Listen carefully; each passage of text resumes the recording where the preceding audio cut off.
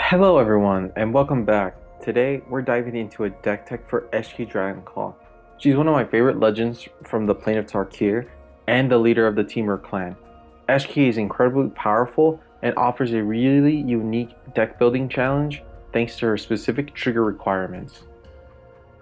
Let's look at the stats. Eshki costs 1 generic, a green, a blue, and a red. For 4 mana, you get a 4/4 legendary human warrior with the keyword soup of Vigilance, Trample, and Ward 1. But the real power of her text is, at the beginning of combat on your turn, if you cast both a creature spell and a non-creature spell this turn, you draw a card and put 2+1/+1 counters on her. Now, I decided to take a different path than most Eshki builds. Instead of the typical Spellslinger or Adventure heavy strategy, I'm building a Temur landfall deck. The goal is to use +1/+1 counters to beef up our board while utilizing landfall triggers to outpace our opponents, eventually closing out the game with multiple combat phases. The heart of this deck is the +1/+1 counter synergy. We're running creatures that either enter with counters or distribute them across the board. Elusive Otter is a perfect fit here. You can cast the Adventure half as your non-creature spell to buff your team, and then cast the creature half to trigger Eshki. Ingenious Prodigy provides excellent card draw by shedding counters, and Warden of the Grove scales itself up while creating tokens whenever you cast a creature.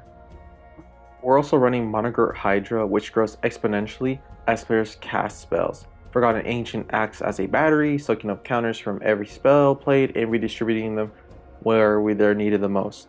And of course, Gyre Sage is here to turn those counters into massive amounts of mana. Canopy is a fantastic way to spread counters across the entire team, while Overboard ensures our creatures keep growing at the start of the combat. I've also included Court of Grenenberg. It grants us the Monarch for a card draw and doubles our counters if we keep the crown. To push the power level, we have counter multipliers. Benevolent Hydra and Hardened Scales both add an extra counter whenever one is placed. Branching Evolution takes it a step further, doubling the amount of +1/+1 counters our creatures receive.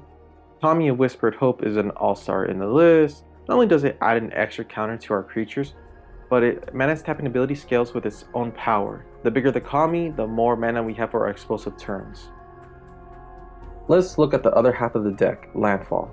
Cub helps distribute and even double counters just by playing lands. Mossborn Hydra can quickly become a massive threat on its own, and Bristly Bill Spine Sower is a powerhouse that can double the counters on our entire board in the late game. For enchantments, we are having Roaring Earth, which turns every land drop into a +1/+1 counter. Retreat to Kazandu offers this same flexibility or some much needed life gain. We're also running Evolution Stage, which lets us proliferate every time a land hits the battlefield, taking up every counter we have.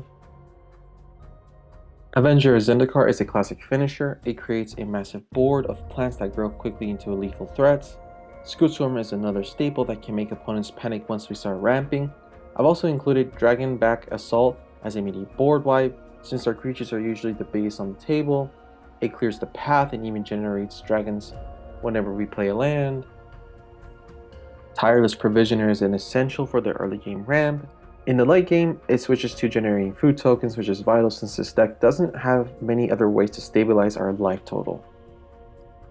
Since we're a landfall deck, our ramp needs to be land-based. Skyshroud Claim is amazing because it grabs 2 forests and brings them untapped, giving us 2 landfall triggers immediately. Kodama's Reach and Cultivate are also included to ensure we never miss a land drop and keep the engine humming. To speed things up, we have Azusa, Lost but Seeking, allowing for 3 land drops a turn.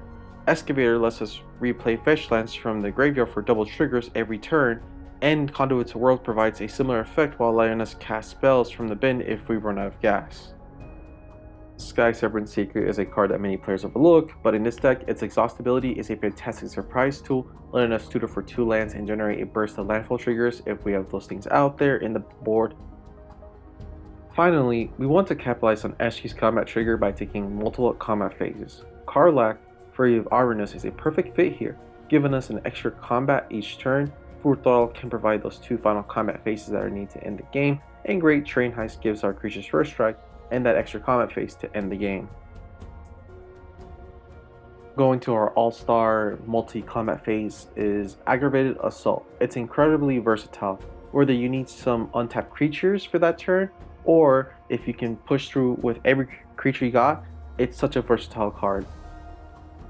One of the main win cons involves having Zavala on the board. If we can cast a creature spell and a non-creature spell, we can tap Zavala for mana to fuel our aggravated assault. This creates a loop where we move to combat, execute triggers to grow and draw a card, and we enter an additional main phase, and we repeat this endlessly and can cast our whole board, and we can essentially draw our entire deck or just make Eshki large enough to one-shot anyone in our way. You can achieve a similar result with Orboard instead of Eshki. Either way, your creatures will grow to a massive proportions and with every combat step that you go into until your opponents are defeated. Of course, no deck is complete without a solid interaction package to protect our engine. You look upon the Traskuil as a versatile tool. It can be used defensively to prevent damage or offensively to force our opponents to block a specific creature, clearing the path for the rest of our team to swing through. For direct protection, we have Gaia's Gift, which is a lifesaver in a pinch, granting hexproof and indestructible to one of our most important pieces.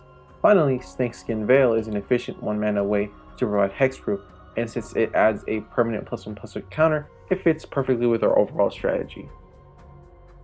We're also running Loxovic's Sacrifice, which is an incredible piece of disruption. Just for 1 blue mana, it lets us counter not only non-creature spells, but also activated or triggered abilities. Whether we pay the extra 2 mana or sacrifice a legendary creature in a pinch, that level of flexibility is huge for stopping our opponent's game plans. To keep the stack even more secure, we have an offer you can't refuse. Finally, Beast Within is our catch-all removal. Since our creatures are likely the biggest threats on the board, we don't mind giving the opponent a 3/3 token if it means getting rid of their most dangerous permanent.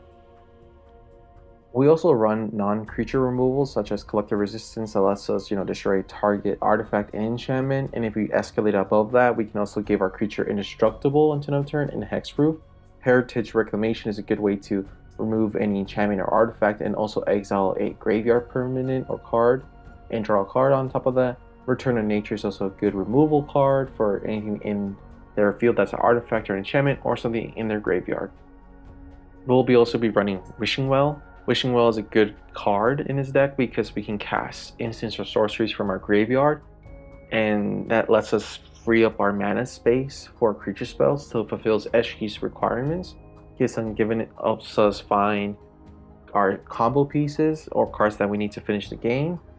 Frantic Search is a good card that lets us fulfill the requirements of casting a non-creature spell and freeing up our mana again to cast a creature spell. Now looking at the deck as a whole, we'll be running 32 creatures in this deck. This will be a very creature-heavy deck. This deck will be running 4 sorceries. Most of them are land ramp. This deck will run Feinting Instants. Most of them are a way to interact with our opponents or our board state. This deck will be running 3 artifacts. This deck will be also running 8 enchantments. Most of them are counter or landfall synergy. This deck will be running 37 lands. If you feel like it needs more, feel free to adjust to your needs and wishes. Hopefully you all enjoy my video. I plan to post more videos. I've just been busy very lately, but hopefully I'll get back into the schedule of posting more consistently in sorts. Hope you have a good day.